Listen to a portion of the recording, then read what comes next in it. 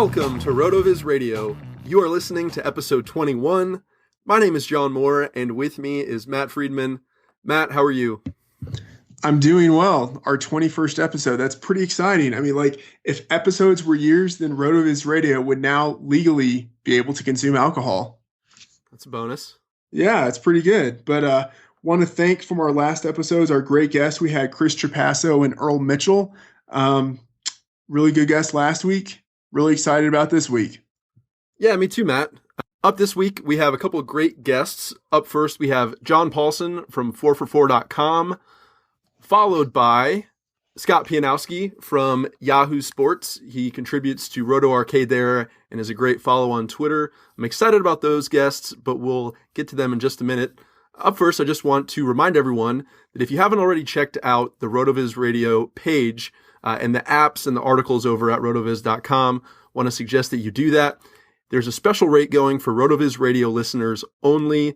If you go to rotoviz.com/radio, you can get access to the site for the rest of the season for just $10. That's actually a third less than we're charging everyone else who gets to the site not through the radio show. So just an incentive for you all to check that out. Once again, rotoviz.com/radio for that discount. But Matt, we had an exciting week in the NFL. Had a lot of fun checking up on my Millionaire Maker team all weekend long. And there was some football action that I wanted to get to. So Matt, getting to this week's action, a couple of things that I wanted to touch on. Up first, this really felt like the week that the rookie wide receiver class arrived. And I know there have been performances earlier in the season that mattered, but you had guys like Odell Beckham Jr. come in with 2 touchdowns. Kelvin Benjamin scored another touchdown. My boy, Allen Robinson, scored a touchdown for the first time this season. Sammy Watkins had 2 for the Bills. Sig Bloom, I think it was, had a great tweet the other day about how it looks like almost as many as 10 rookie receivers have already proven that they could play in the league. This was one of the most highly hyped receiver classes in a while, and guys like Moncrief, Cody Latimer haven't even arrived yet. So that's really an exciting development, I think, the rookie wide receivers this last weekend. What did you notice? Well, I just want to have a follow-up question here. I know I'm going off script, but so you're a Giants fan. Odell Beckham, he looked great. He did well in the red zone. He had 2 touchdowns. Do you feel conflicted about him doing well as a Giant, even though he's a guy that you maybe weren't too hot on as an analyst? That's a great question. I'm okay with being wrong about a player if my favorite team got him right. And, so far he's looked good. I wanted to break the TV when they picked him in the first round, but, so far 3 games, 3 touchdowns. Can't be too mad about that. Definitely. So, something that excited me this weekend, T.Y. Hilton continued to look like a stud. Reggie Wayne is getting older. He's clearly taken a backseat. And at this point, Hilton is the guy that they count on to get a lot of yards. And I think that what you've seen so far is going to be what you see for the rest of the season.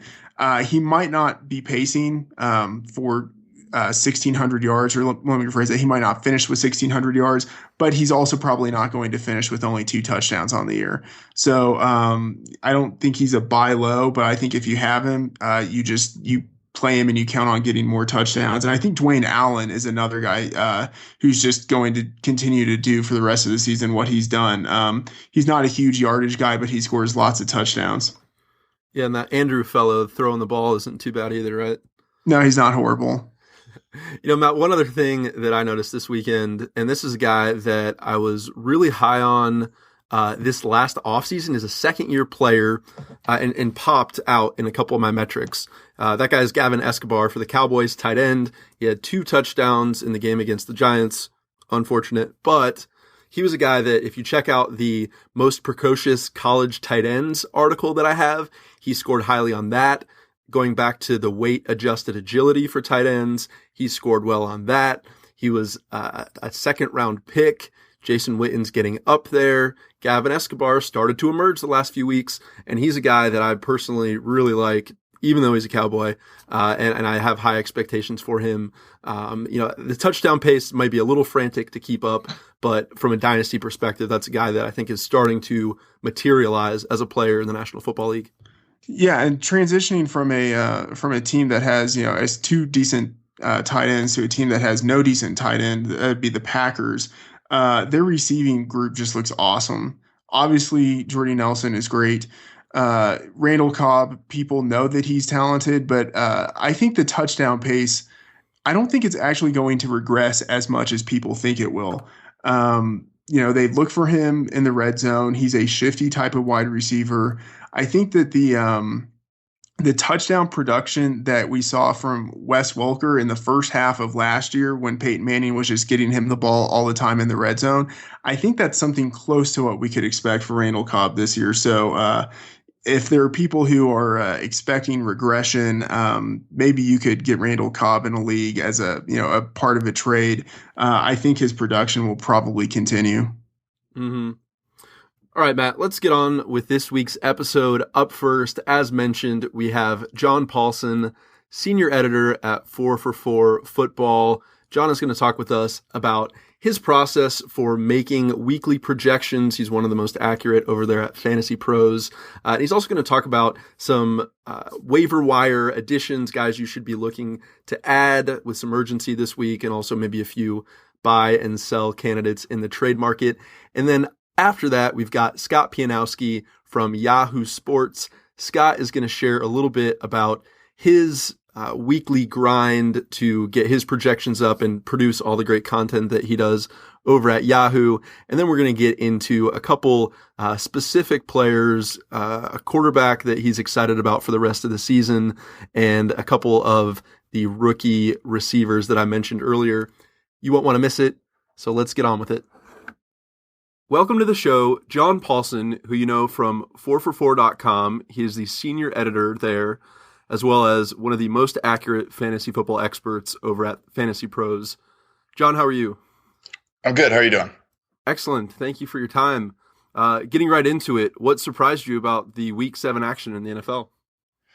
Well, looking at the scores, I think my biggest surprise was the Cincinnati offense in that game against the Colts. I was expecting a much more efficient performance by them, even without A.J. Green in the lineup.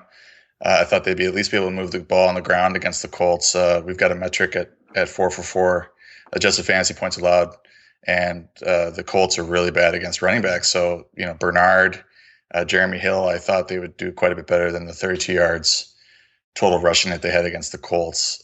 So that was a surprise. And then in another game, the Jimmy Graham goose egg after that whole build up in the pregame. As a ranker, I'm constantly changing things on Sunday morning, trying to keep track of the news, keep track of Jay Glazer, what he's saying. And it sounded like Graham was going to play in the red zone and all this, and he ends up getting two targets and doesn't catch a pass, and he posts a goose egg. So that was a big disappointment for his owners, who I'm sure felt compelled to start him this week. Mm-hmm. For sure. So over the past few years, you've been consistently one of the top Fantasy Pros rankers on their most accurate football experts, including the number 1 overall rank in 2010. Can you talk to us about your process for making these weekly projections? What are all the things that you try to take in during the course of the week to tweak those and get them to your final rankings? Yeah, 4for4, we do the full weekly projections, so that's a bit more work than if somebody's just ranking players in a list.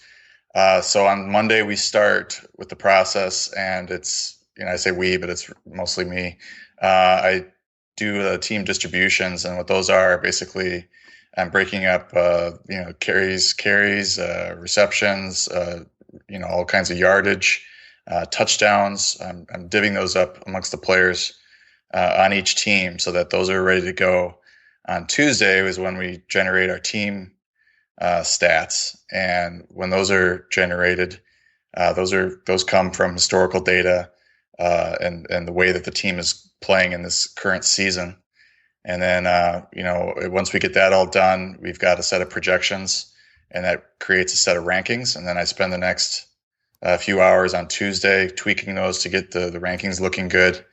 And then we publish on Tuesday, and then for the rest of the week, I'm basically reacting to news, looking more closely at matchups, and trying to tweak the rankings even further until I'm happy with them. So essentially, it sounds like in the beginning of that, there's a looking at market share of yards, touchdowns, that kind of thing. How far back do you go with those and trying to determine, what's relevant for a particular player or a set of players? Well, in early in the season, I'm looking a lot at last year if it's an established player and it's an established role on a team. As you get into the season, I start looking more as to what's happened year to date. And then as you get further along into the season, I may not go back as far to the beginning of the season if things have changed, if the dynamic has changed in a running back committee, for example, or if there's an injury in the wide receiving core. I won't look as heavily at weeks 1 and 2 or whatever when I'm week 10. So it's sort of a case by case basis how far back I go with the market share. John, I have a follow-up on that. I'm curious as to guys who don't have much of a track record. So rookies, someone maybe like Kelvin Benjamin or even Odell Beckham, who didn't play at the beginning of the season and then now has had his situation radically changed because of Victor Cruz's injury. Can you talk a little bit about guys like that? Yeah, at 4for4, we've got a set of standard projections for depending on the role of a player. So if that's what we can fall back to if we are not sure what a guy is going to do. So, for example, this week with Ruben Randall moving up to receiver 1, Beckham to receiver 2, that was sort of how we had him pegged. We've got standard data from multiple years in the past, kind of shows us what market share each receiver has in a receiving core in a typical team. And I can look at that, get that in there, and then going from that, using that as a baseline, I can tweak from there. Sure. All right. So looking at the rest of the season rankings, who are players at each position that you're probably higher on than most people and you would try to acquire right now? Well, I've been keeping the faith with Keenan Allen during this little lull in production from him. I mean, he's got 10 more targets today. He had a pretty decent day, at least in PPR. He had 6 catches for 58 yards. So I'm still looking at him as the top receiver there in San Diego and trying to acquire him. I was pretty heavily going after Jerick McKinnon after he got that surprise start last week. And then there was some doubt this week as to what sort of workload he would get. Mike Zimmer was talking about getting Asiata back in the fold there, and he did get a few more carries, but it was obviously Jerick McKinnon as the starter today. He went over 100 yards rushing on 19 carries, and it was a bad matchup against those Bills. So I'm excited to see how he performs the rest of the season. And then I think this week, owners might have a chance to go after Mark Ingram, who only had 12 touches. Well, he had 12 touches, but it was for 29 yards and it wasn't a very good day in a bad matchup against the Lions. But Kyrie Robinson had a fumble. Pierre Thomas has a shoulder injury of some sort. And then he's got a pretty good upcoming schedule with the Packers and the Panthers coming up. And then he's got the Steelers, Panthers again, Bears, and Falcons to close the season. So if you can acquire Ingram, I think he can provide RB2 type numbers the rest of the way. All right, and then some guys rest of season. Who are you looking to sell right now? Well, one guy that really sticks out to me is Darren McFadden. He had 55 total yards today with a touchdown. He had 86 total yards the previous week. His upcoming schedule is looking pretty bad. He's got Arizona, Seattle, and Denver within the next 4 weeks. He's got a terrible playoff schedule. Plus, he's got a long injury history. So if you can flip him for a player at a different position or a different running back that you like a little bit better, you have a little more faith in, I think this is a good time to sell Darren McFadden. We're talking with John Paulsen from 4for4.com. You can find him on Twitter at 4for4_John. That's John with an H. Getting into some specific Week 7 action, what do you make of Matt Ryan's recent struggles? The Falcons are 2-5. Ryan, despite entering this week as about the QB6 for the season so far, he's been about the QB 20 over the last month. So who is the real Matt Ryan? Well, I think Matt Ryan is a good quarterback, and he's a good fantasy quarterback when he has time to deliver the ball. But the offensive line he's playing behind right now is not very good. They're banged up. He's 5th in the number of hits he's taken while attempting passes. He's 9th in percentage of throws under pressure. So he just doesn't have a lot of time to find his man behind that line. The good news is his schedule is looking up shortly. He's got the Lions in week 8, which isn't good, and then he's got a bye in week 9. But then after that, he's got the Buccaneers, the Panthers, and the Browns, which are all favorable matchups. So I think his fantasy prospects are looking up over the next 6 weeks. Okay. And then talking about a different Ryan, kind of trending in a different direction, Ryan Tannehill.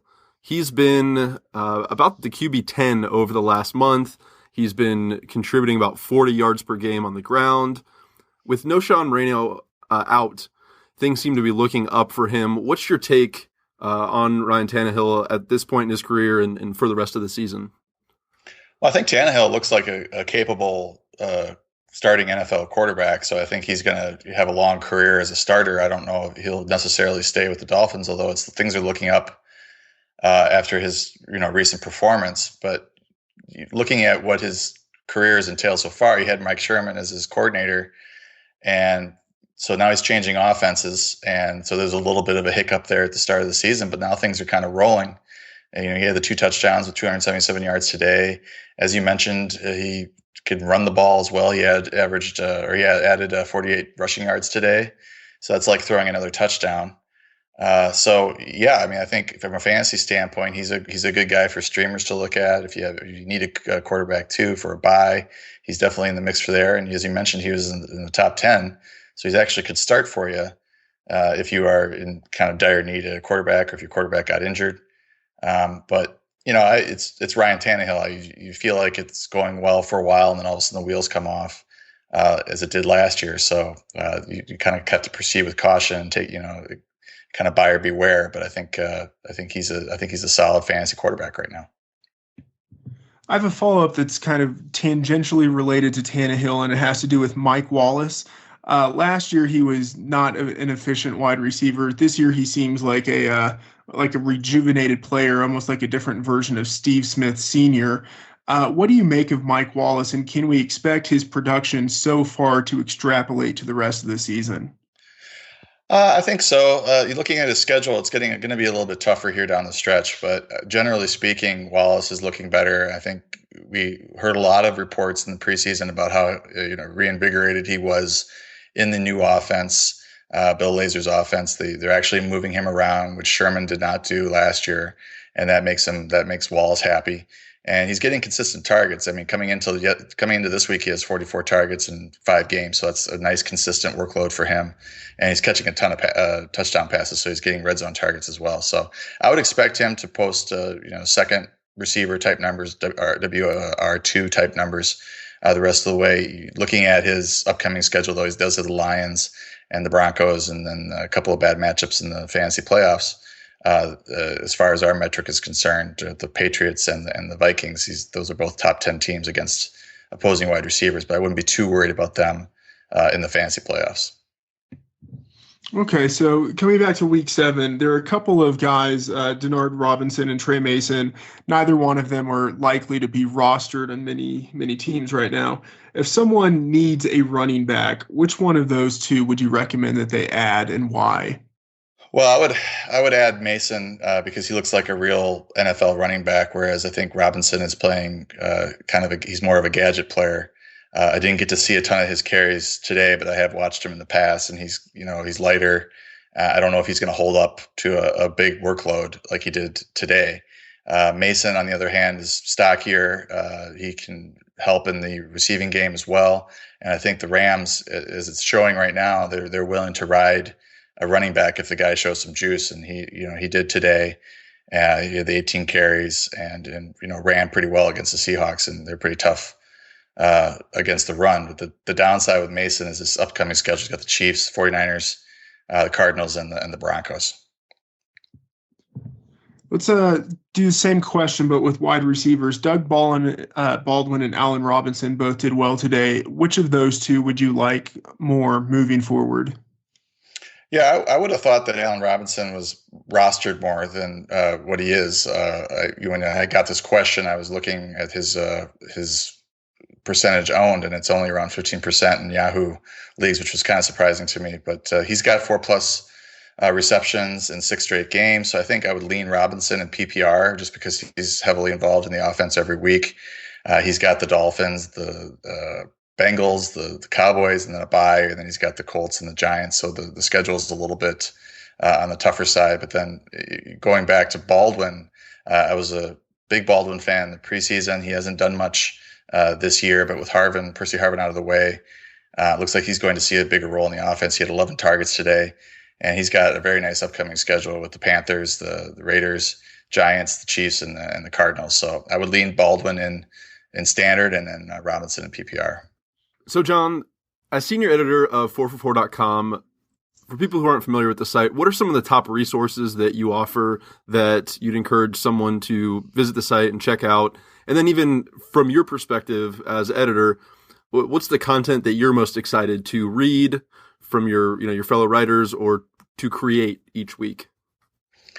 Well, from a reading standpoint, Pat Fitzmaurice does a great job with our waiver wire watch. I edited it for him, and we kind of get together and put our heads together on the waiver rankings, and we put in suggested bid prices as well.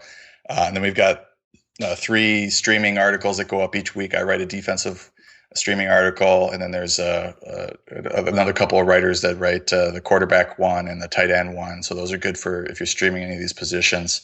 But the biggest selling point for 4for4 is our accuracy and our rankings and the full projection process that we go through each week. We've got a full impact section where you can enter in your league's scoring settings and get customized projections for that week and customized rankings for that week. And if you have kind of an odd scoring system, that really helps you kind of narrow down who you want to start and who you want to bench. But the other thing that I really like about the site is the hotspots report, and that's our strength of schedule. We do an adjusted fantasy points allowed. A lot of sites will provide fantasy points allowed to each position, but we go a step further and look at the opponents for each of the defenses. And if they had a tough schedule, we end up adjusting their fantasy points allowed based on that tough schedule. And that gives us a more of an apples to apples comparison between the teams. John, I've noticed that you mentioned schedule a lot. Just curious if you have all these different components that go into your weekly projections, is there a weight that you can that you attach to schedule, or how do you do that? Because it does sound like, and rightfully so, an incredibly important part of your process. Yeah, when we get the first set of projections, so I'll look at the numbers and see, if anybody seems out of whack as to where I would put them based on my confidence level in the player and trust in the player. But then after that, if I'm, going through the rankings for the 10th time, I'm looking at 2 players, and if there's a tiebreaker, it's definitely the strength of the matchup. If somebody's got a matchup with the 30th ranked team versus the first, I'm definitely going to put the 30th ranked the player facing the 30 ranked team ahead and move him up. And that's certainly our strength of schedule hotspots report plays a big part in the weekly rankings process it has for the last 4 or 5 years. Okay. Thank you for that clarification. And then one last question, and then we'll let you go. What's a bold prediction about a player or a team that you have for the rest of the season? I was asked this question by Fantasy Pros in the middle of the week, and it sounded a lot more prophetic, or sounded a lot better at that point, or a lot more of a bold prediction. But I predicted Shane Vereen would be a top 10 PPR for the rest of the season. He has posted top 10 numbers in stretches in the past, and I just think his involvement in the passing game there, coupled with Stephen Ridley's injury, and his ability, also Vereen's actually a better inside runner than people get him credit for. I think he's going to see 12 to 16 touches per game and finish with the top 10 PPR numbers the rest of the way. All right. Thanks so much for your time, John. You bet.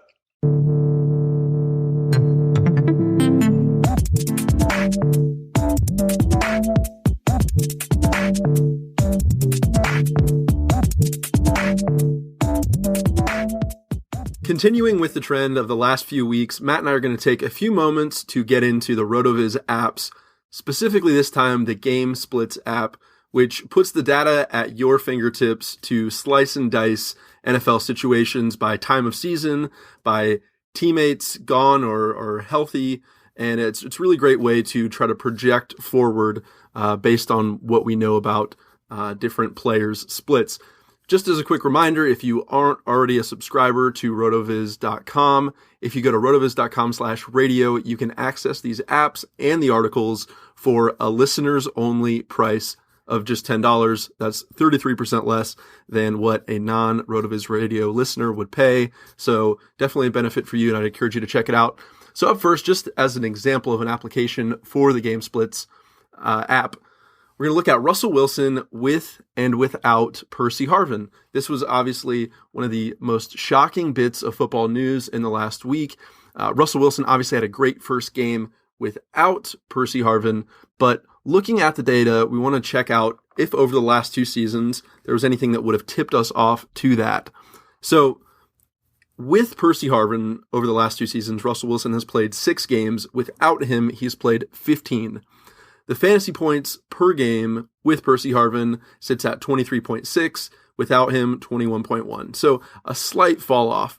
Pass attempts are almost identical. Pass completions are just a fraction less. Where it really kind of jumps out at you is if you look at Russell Wilson with Percy Harvin, he only throws 0.3 interceptions per game, and then without him, that jumps up to 0.6 interceptions per game. The touchdowns stay about the same. The passing yards per attempt stays about the same. So overall, the picture here is that, maybe he completes a little bit fewer passes, but overall, he's pretty much the same player. The interceptions come into play. Matt, what do you make of the interceptions jump in this case?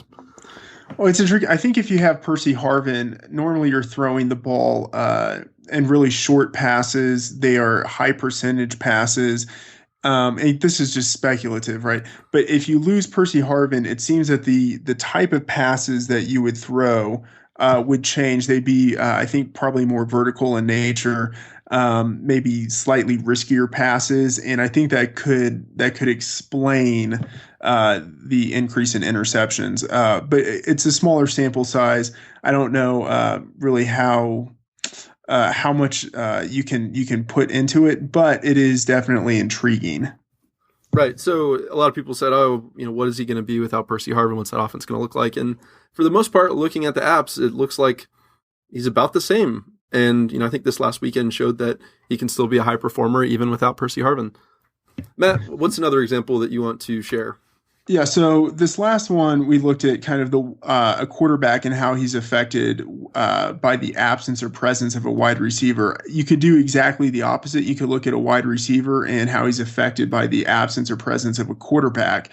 And so one intriguing case would be Larry Fitzgerald with and without Carson Palmer. He's been with Palmer for the last 2 years. Last season and this season. And so he's played with Palmer for 18 games, and then without him, he's missed him for 3 games this season.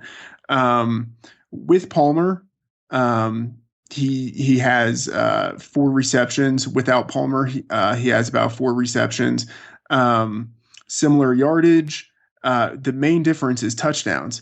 Right. With Palmer, he gets about 0.6 touchdowns per game, so slightly more than half a touchdown per game. In the 3 games without Palmer, he hasn't had a touchdown.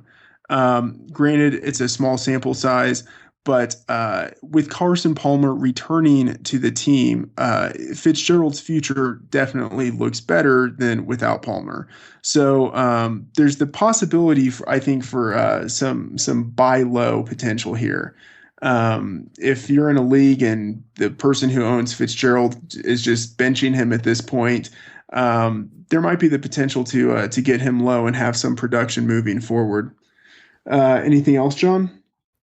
One last split that I think is really interesting is Tony Romo, early season versus the last month of the season. So if you remember early in his career, and just in general, I think Tony Romo has a reputation as being a bit of a choker. Obviously, this last weekend against the Giants, he came through in the clutch in the second half, very unfortunately, at least for my G-men. But using the app, we're going to look at 2007 to 2010. The first 13 weeks of the season compared to the end of the season. And it's pretty remarkable. 39 games versus 12 in those last bit of the season. And Romo scored 7 fantasy points less per game in that last month, despite attempting a couple more passes per game. And what got him really, he saw his interceptions spike by about 0.2 interceptions per game.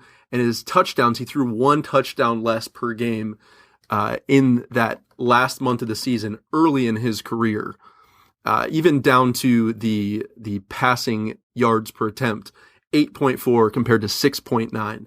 A lot went wrong in the last month of the season, early in Romo's career. But if we switch the slider over to look at him 2011 to 2013, and again, we're looking at the first 13 weeks of the season compared to the last 4. Romo, over the last couple of years, has actually saw an increase in fantasy points per game in that split, averaging 21.8 compared to 23.1. His number of attempts have gone down by 5, but where he makes up for that is he throws fewer interceptions late in the season. He throws about a little over 0.1 fewer interceptions per game. And then he throws more touchdowns. He throws almost half a touchdown more per game late in the season in recent years. And so despite that reputation that Tony Romo is a late season choker and that he'll let the Cowboys down, that was 2007 to 2010 Romo. The 2011 to 2013, and who knows, maybe this year Romo, is that he is stronger down the stretch, according to the numbers that we see here on the Game Splits app. So just a quick preview. I'd encourage you to go to rotoviz.com/radio. You can subscribe there for just $10, and you can get access to all these apps that help you set your lineups, make decisions, target players for buy low and sell high. It's just a fantastic app, and I'd encourage you to check it out. With that said, let's keep the show rolling.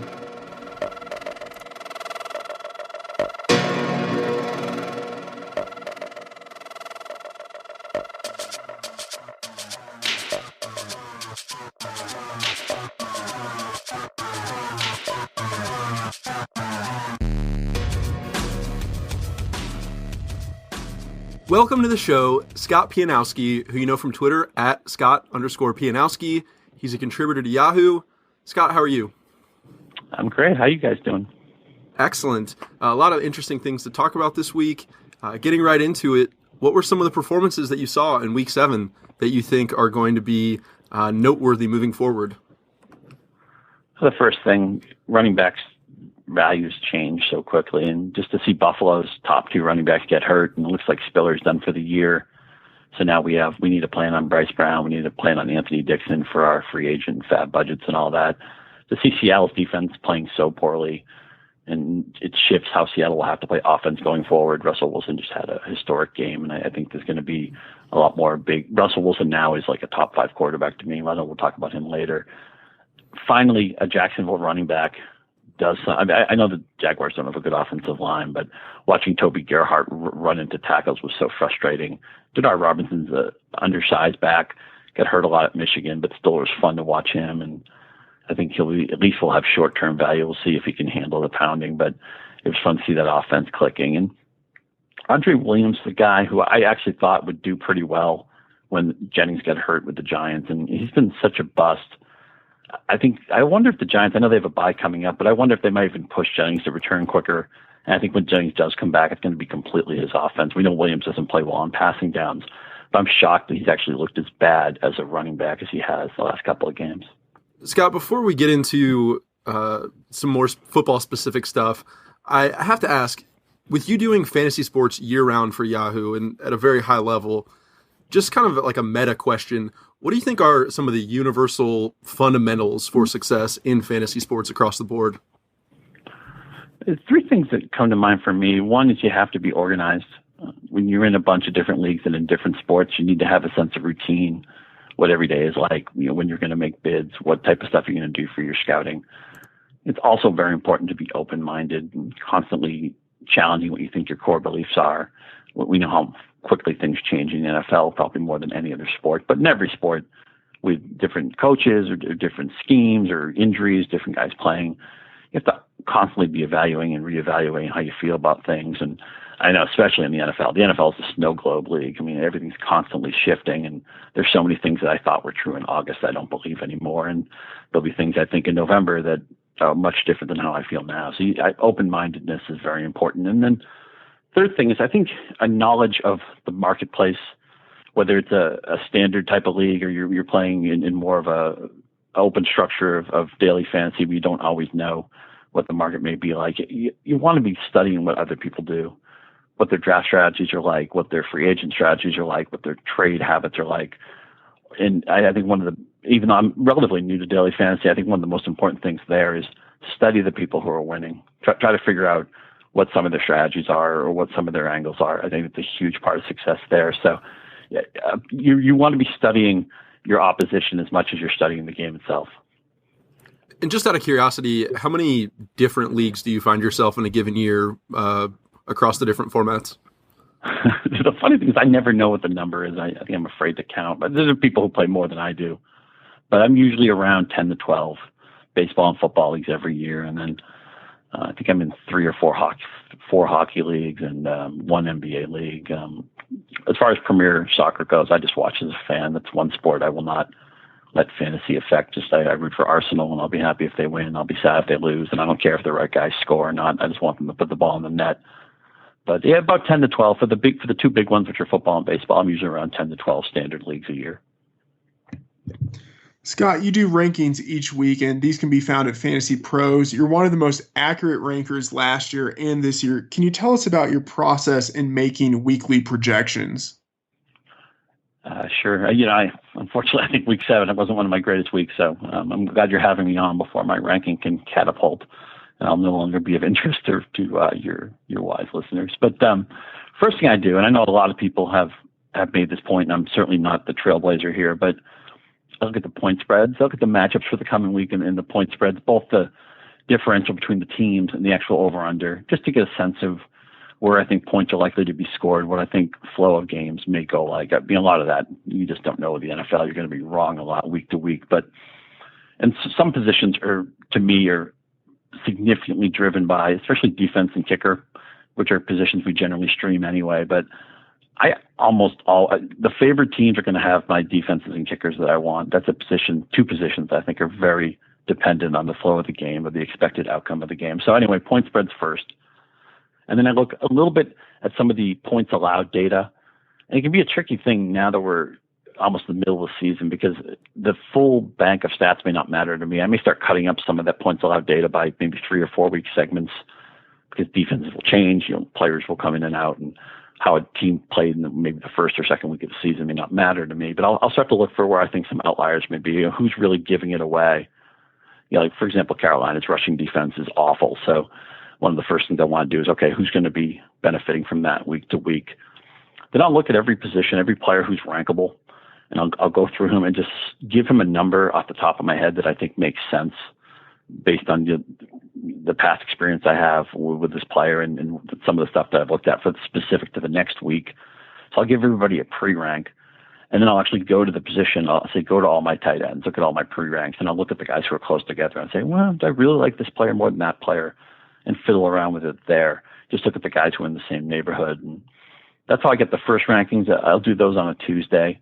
And then it's constant re-ranking, adjusting, injury news. The injury report is huge, obviously, especially that Friday injury report for anybody who plays on Sunday. So, but I always tell people, when people say to me, oh, you have this guy ranked 25th, they'll ask me that on a Wednesday. I always say, that's good if you need to make a free agent move or a trade decision, you want to consider that. But I never make a final decision on a lineup really until the weekend.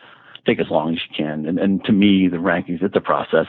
I spend 4 or 5 days really doing this. Monday's the only day I guess I don't do any rankings, and I generally don't change much on Sunday unless injury news is major. But it's a process. It's a daily process, and it's something you never really feel. You finally put out a finished product at the end of the week, but you could always change and tweak stuff. And I think that's just kind of my nature anyway. You've mentioned that this is a daily process. What are the things kind of in a daily basis in your routine of consuming sports information? What are the things that you look for, the factors that you pay attention to and the information you want to find? Yeah, well, generally on Sunday, what I try to do, it's hard, but I try to keep the phone down, try to keep the computer turned off, and just watch as much as I can. See as many, your head's on a swivel during an NFL Sunday. But come Monday, I'll think about the games I want to rewatch and maybe players I'm not that familiar with, or if a team has taken a shift in offensive philosophy. I want to see how that went, if a different quarterback played, stuff like that. So Monday, I usually try to watch as many games as I can on Shortcuts or on Game Rewind NFL, and both great products. And then I want to look at usage and snaps. How much did a player play, and how many routes did a player run? How often was he targeted? Where was he targeted? I want to look at some of the genesis of big plays. Did a defender fall down? That's why somebody caught a 70-yard touchdown. Did it look like it was the primary read? Were they trying to script a big play? Did it come out of structure? Does it look like something that's repeatable? That's a big. I know a lot of this we're just grasping anyway. Sometimes we're looking for answers that may not exist. But I want to know, did a play happen by design or by a player's skill, or was it something wrong with the defense where I don't think maybe that play would happen again? That's a big part of, I think, why. At least we're all guessing. We're trying to make an educated guess, but I want to figure out. So and so had a big game. Do I think it's because of something he did right, something his team tried to do intentionally, or just kind of fall that way because the defense maybe screwed up a few things, or somebody fell down, or a play that maybe wouldn't be likely to happen again. I really like that construct of, is this repeatable or not, or is this happening sort of on a fluky basis? Definitely something hard to quantify, but really interesting there.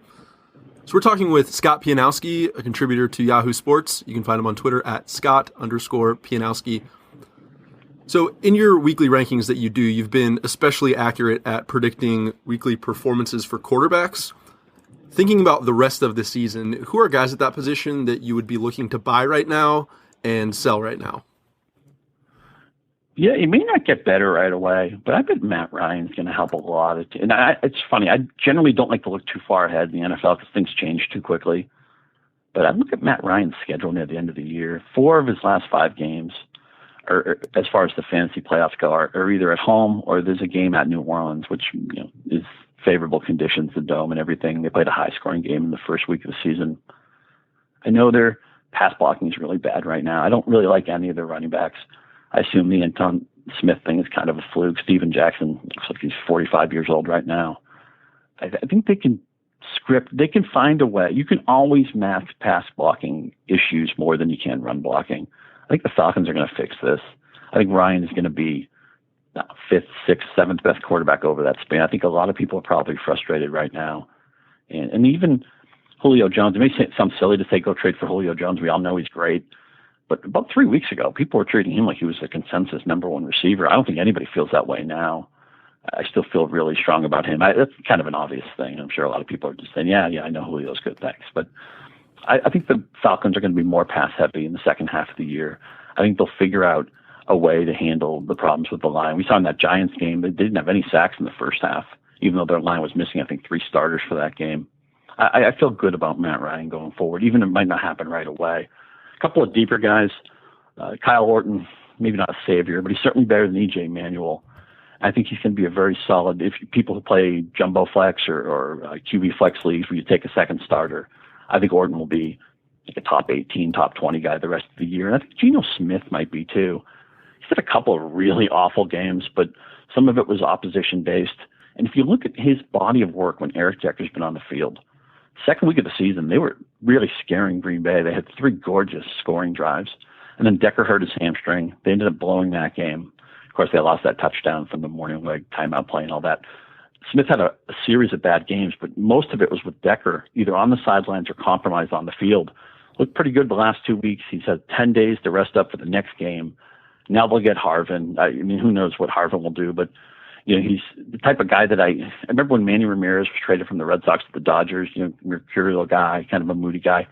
I think he was just so happy to be somewhere else. I think it led to him going on a barrage in Los Angeles. Now, football's a different game. You don't, in baseball, you hit on your own. Nobody's helping you. In football, you need the success of others around you, and you need them to actually call your number to have a play. But I think Harvin is like a honeymoon player. You want him shortly after he's changed teams, and maybe you're getting the best version of him. I think Geno Smith is going to surprise people. I think he can run a little bit. They'll use some of that. Now, instead of using Jeremy Curley in a jet sweep, they can use Harvin. I think Decker's a really nice player, an underrated player. I think this offense actually might be okay in the second half of the year, and Geno might be, QB 15, QB 17, QB 18, somewhere in there. As somebody who I would feel comfortable using in 2 quarterback leagues.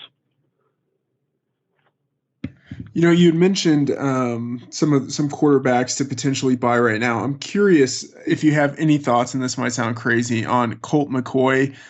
He's a guy who's just emerged. He didn't look totally horrible. Do you have any thoughts on him moving forward?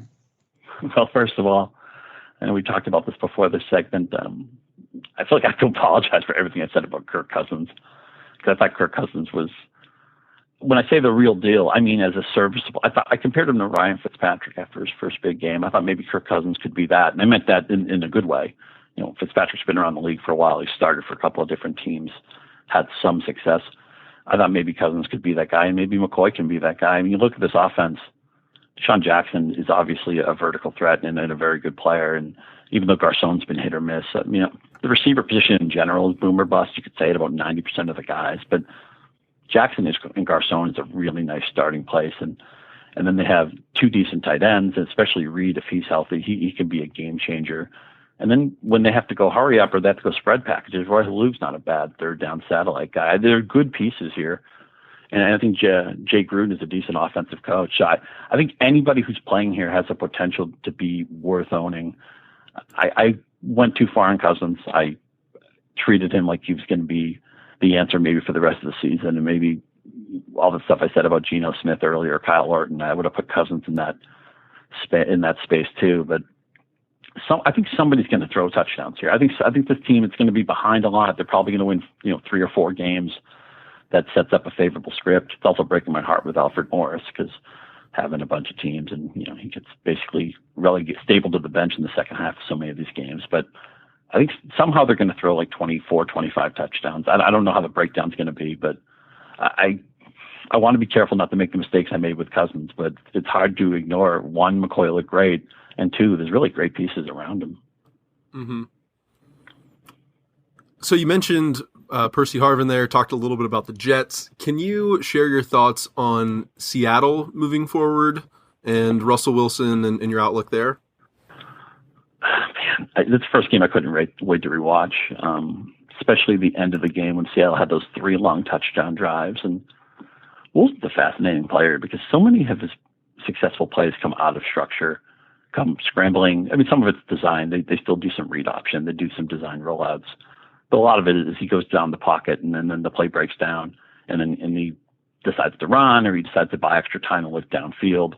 It seemed like probably half of their successful plays in those last 3 drives were not as they were drawn up. And so long as he doesn't get killed with some of these hits he's going to take, he's usually pretty smart about getting out of bounds or knowing when to slide more than some other guys who run. I think he's a top 5 quarterback. Certainly Peyton Manning's above him, Andrew Luck's above him, Aaron Rodgers is above him. I think Wilson has an argument with any other guy, including Breeze, including Rivers. And also Seattle's already had their bye.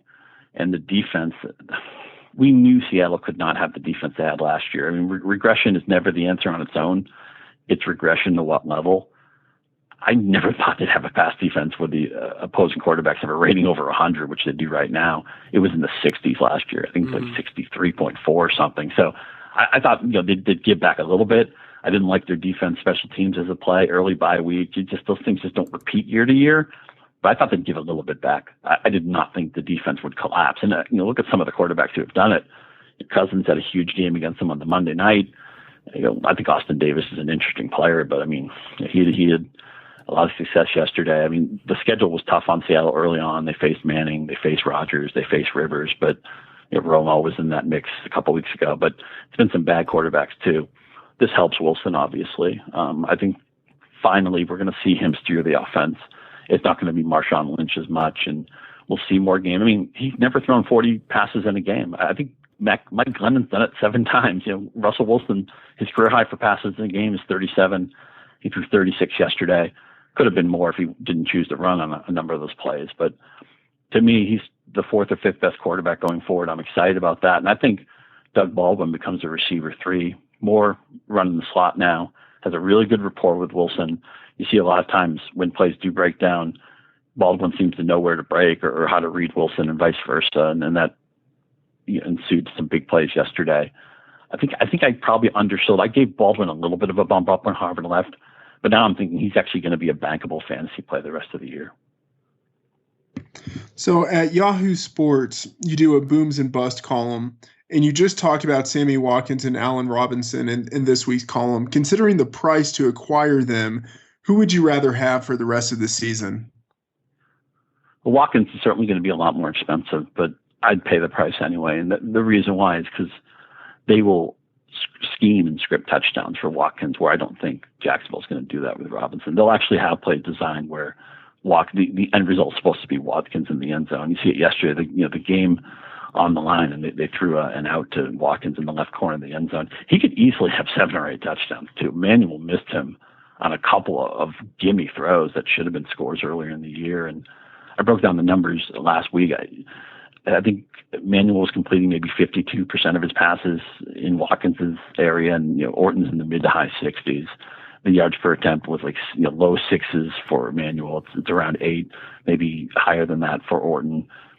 It's weird to talk about Kyle Orton like he's saving an offense or he's the savior, but I think Sammy Watkins is a top 20 receiver the rest of the way. Robinson's a nice player, but I think he might score 2 or 3 times the rest of the way. I think Watkins is going to get volume and he's going to get touchdowns. Mm-hmm.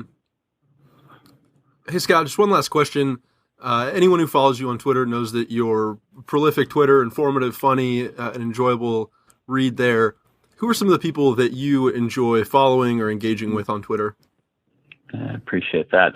One guy, and it makes it weird to bring him up because he's a baseball guy primarily, but batting stance guy. His first name is Gar Rhinus, I want to say. Mm-hmm. Somebody who emulates current and past batting stances. If you're a baseball fan at all, go look at him do his George Brad. I mean, it's fantastic. It brings me back. I feel like it brings me back to my childhood playing wiffle ball. He's a really good guy too. I've gotten to be friends with him, and he's one of my favorite follows. Observational tweets, a lot of them are, but a little bit different slant than you get. And there's so many good people in our fantasy community. Obviously Rotoviz, you guys get a stockload of smart people over there, and I follow a bunch of them. I've been friends with Michael Salfino for a long time. He's a great follow. My Yahoo colleagues, I got to give a shout out to them. Andy Behrens, Brad Evans, Dalton Del Don, Brandon Funston. Much respect. They're very good friends, and they know the game inside and out. There's a bunch of guys at RotoWire, TV star Chris List, Jeff Erickson. Those guys are great. Roto World, who we do some work with, some excellent follows there. I think Adam Leviton is one of the smartest and most logical football writers there is. Patrick Doherty does tremendous amount of volume and really smart insights. So, I mean, look, I'm humble about this. I can learn from so many different people, and I learn from a lot of readers as well. And I feel like I'm picking up more and more of the game. I feel like I'm getting to be a better player as I get older, and you have to, mm-hmm. because the marketplace gets better. There's more smart writers, there's more smart players, there's more formats we need to be versed in. So, Twitter is an essential place to be for information exchanges and camaraderie and just trying to figure it all out. All right. Well, thanks. And once again, be sure to find Scott on Twitter at Scott_Pianowski. Thanks so much for your time. You take care. Thanks a lot for having me, guys. I enjoyed it. Thank you for listening to this week's episode of Rotoviz Radio. Be sure to check out Thursday's episode, which will feature specific lineup advice for redraft and daily fantasy leagues. If you have a question, be sure to find us on Twitter at Rotoviz Radio, and we will be answering the most interesting ones on the Thursday episode. If you want to support the show by leaving us a tip in our Rotoviz Radio tip jar and submit a question that way, those questions usually look especially interesting. Thanks, and we'll see you on Thursday.